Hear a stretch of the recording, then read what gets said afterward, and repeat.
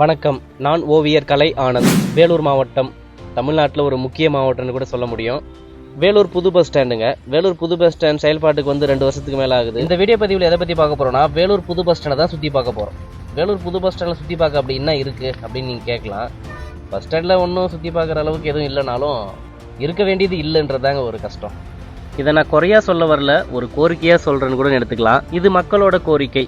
ஆமாங்க, புது bus stand ரொம்ப பெருசாக கட்டியிருக்காங்க, ரொம்ப அழகாக இருக்குது பார்க்குறதுக்கு, எல்லாமே ஓகே. நவீன வசதிகளுடைய கழிப்பறைகள்லாம் கட்டியிருக்கிறாங்க.